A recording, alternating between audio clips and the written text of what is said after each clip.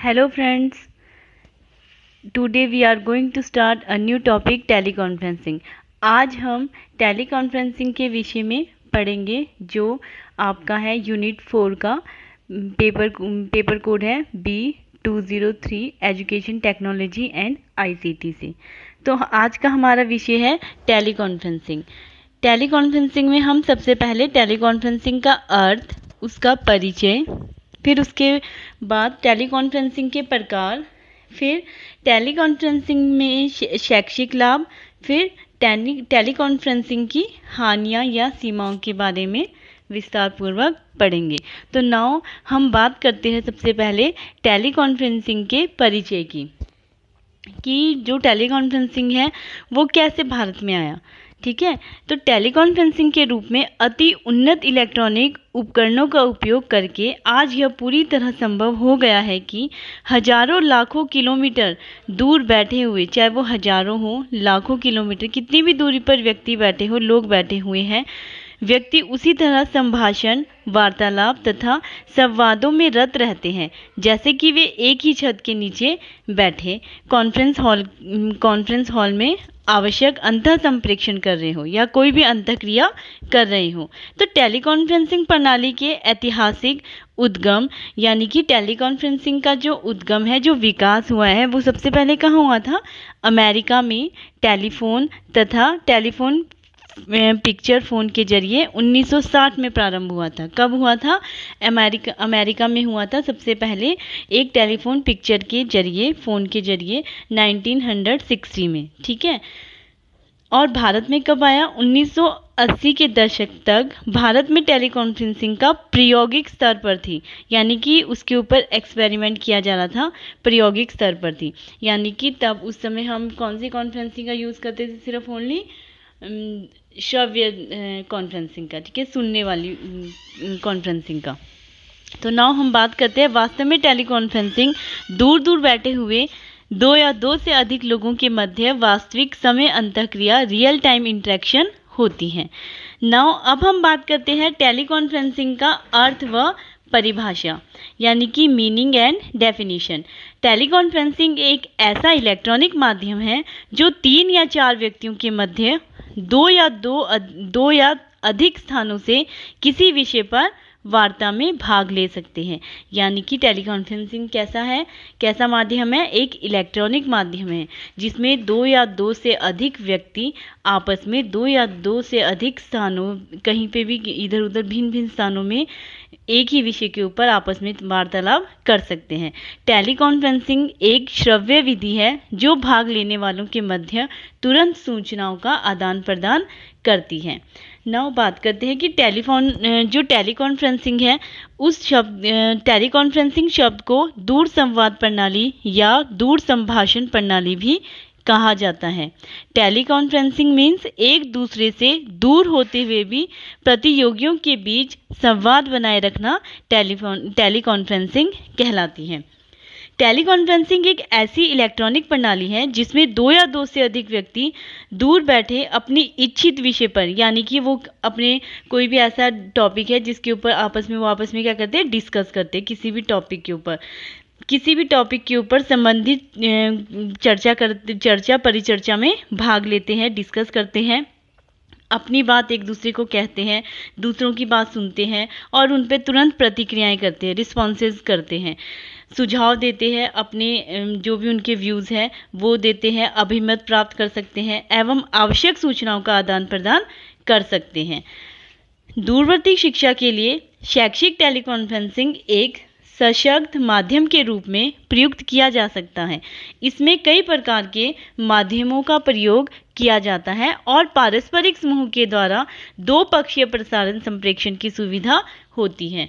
दूरवर्ती शिक्षार्थी कौन? जो लाखों दूर मीलों दूर अलग अलग स्थानों पे रहते हैं, जहाँ पे मतलब कि हर समय शिक्षा ग्रहण करने के मतलब कि साधन ना हो, जैसे वो या फिर किसी कार्य में कार्यरत हो, तो उसके उपरांत भी अगर वो शिक्षा लेना चाहते हैं तो वो क्या है, टेली कॉन्फ्रेंसिंग एक ऐसा माध्यम है कि वो दूरवर्ती शिक्षार्थी को विशेषज्ञों के संपर्क में तत्कालीन जो भी उनके विद्यार्थी के अपने प्रश्न होते हैं उनका आंसर विशेषज्ञों के संपर्क में आने से उनको मिल जाते हैं।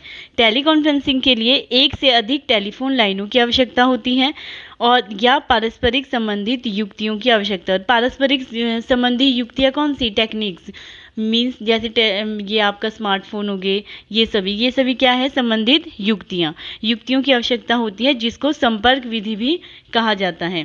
प्रत्येक युक्तियों को प्रत्येक संपर्क द्वारा जोड़ना सामान्य अभ्यास माना जाता है।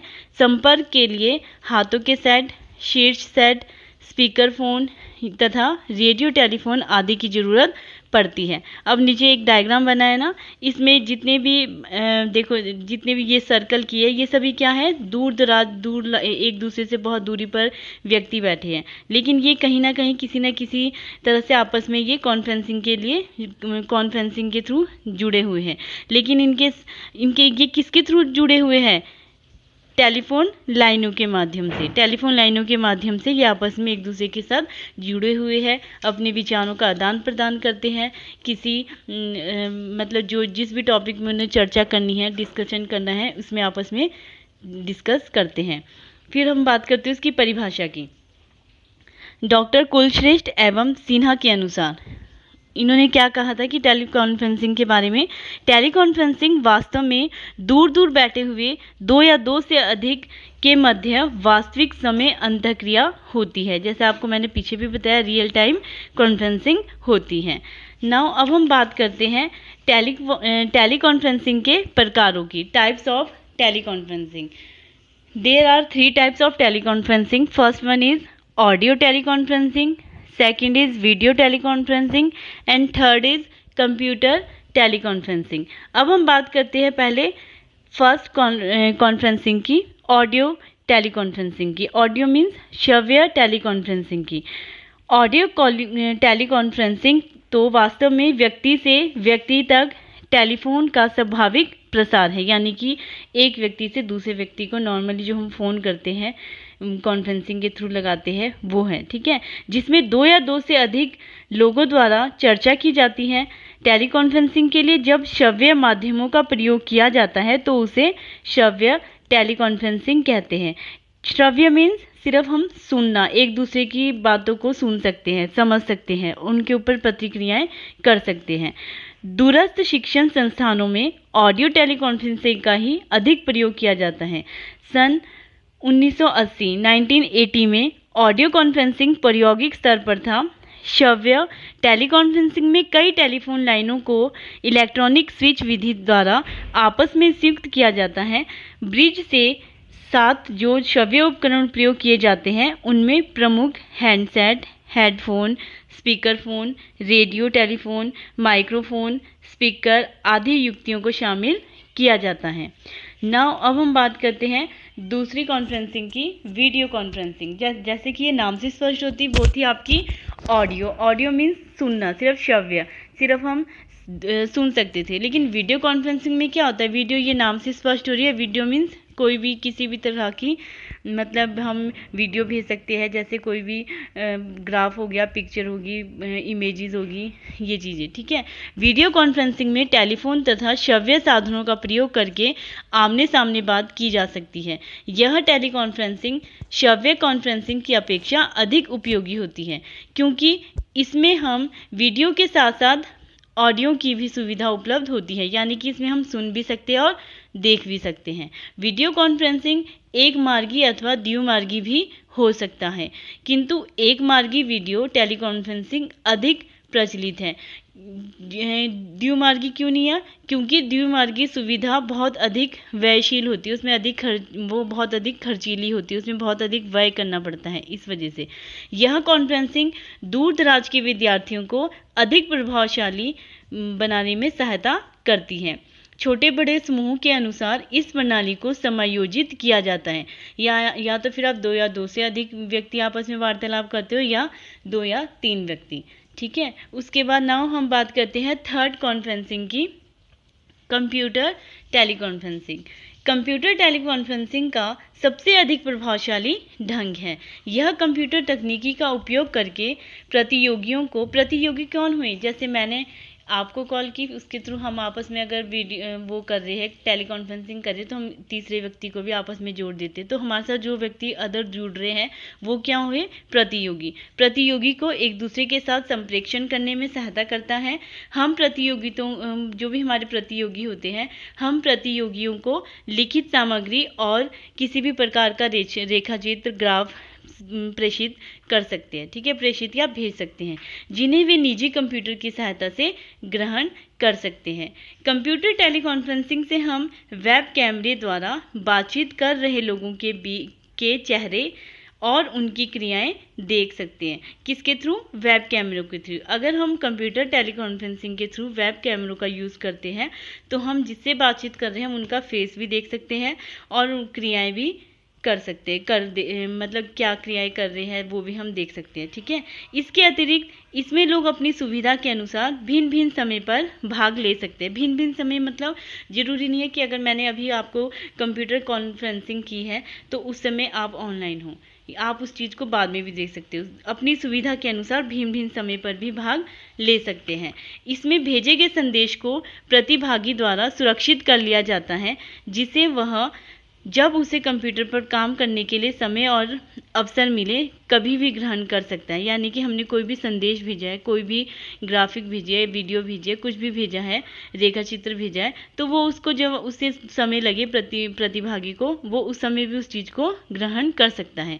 इस प्रकार इसमें सभी प्रतिभागियों को एक ही समय पर अपने कंप्यूटर पर ऑनलाइन उपस्थित रहने की आवश्यकता नहीं होती है। वे अपनी सुविधा के अनुसार बाद में भी अपनी प्रतिक्रियाएं प्रकट कर सकते हैं।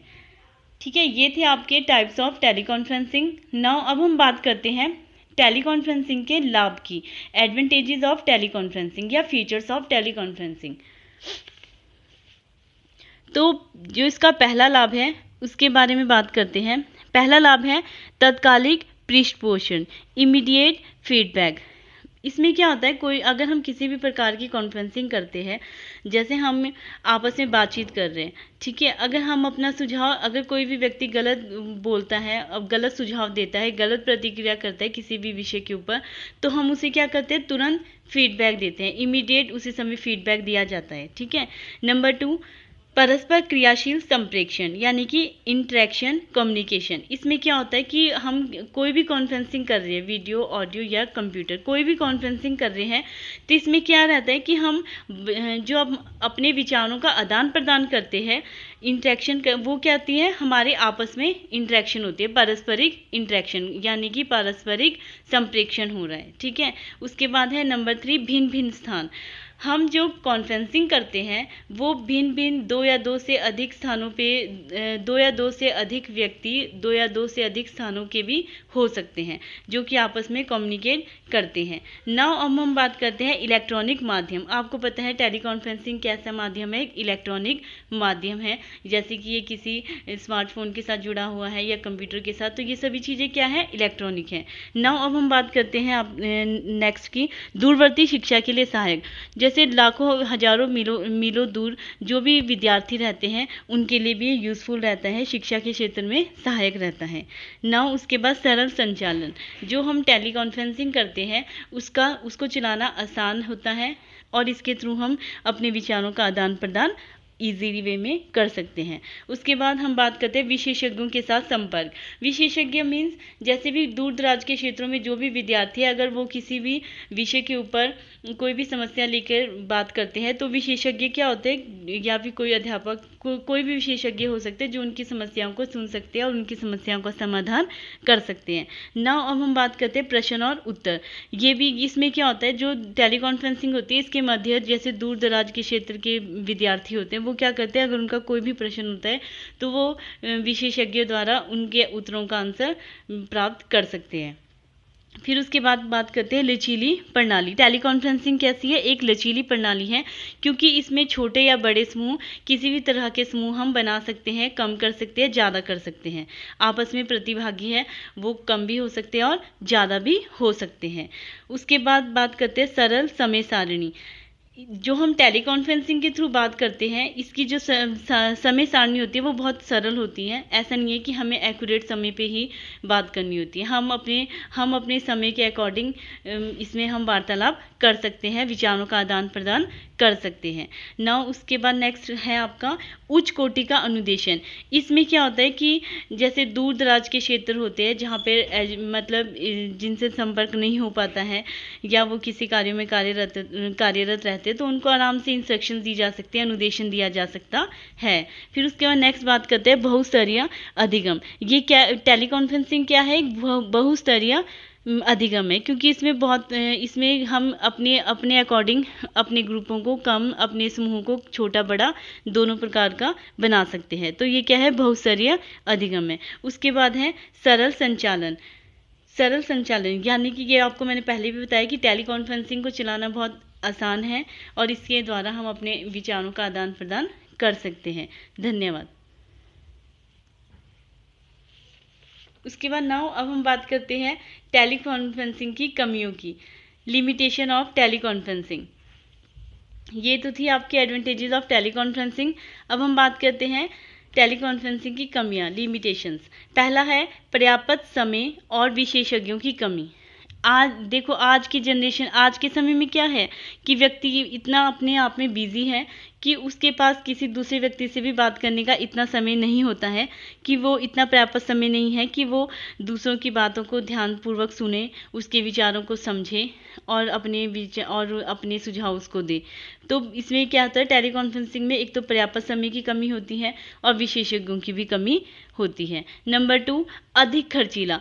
टेलीकॉन्फ्रेंसिंग अधिक खर्चीली होती है। जैसे अब मान लो थर्ड काउंसलिंग जो आपको बताई मैंने, कंप्यूटर टेलीकॉन्फ्रेंसिंग। जरूरी नहीं है कि आज भारत का हर व्यक्ति कंप्यूटर टेलीकॉन्फ्रेंसिंग में प्रतिभाग करे, और ज़रूरी नहीं है कि हर व्यक्ति ऑडियो विजुअल मतलब कि जो आपकी वीडियो टेलीकॉन्फ्रेंसिंग है उसमें भी प्रतिभाग करे।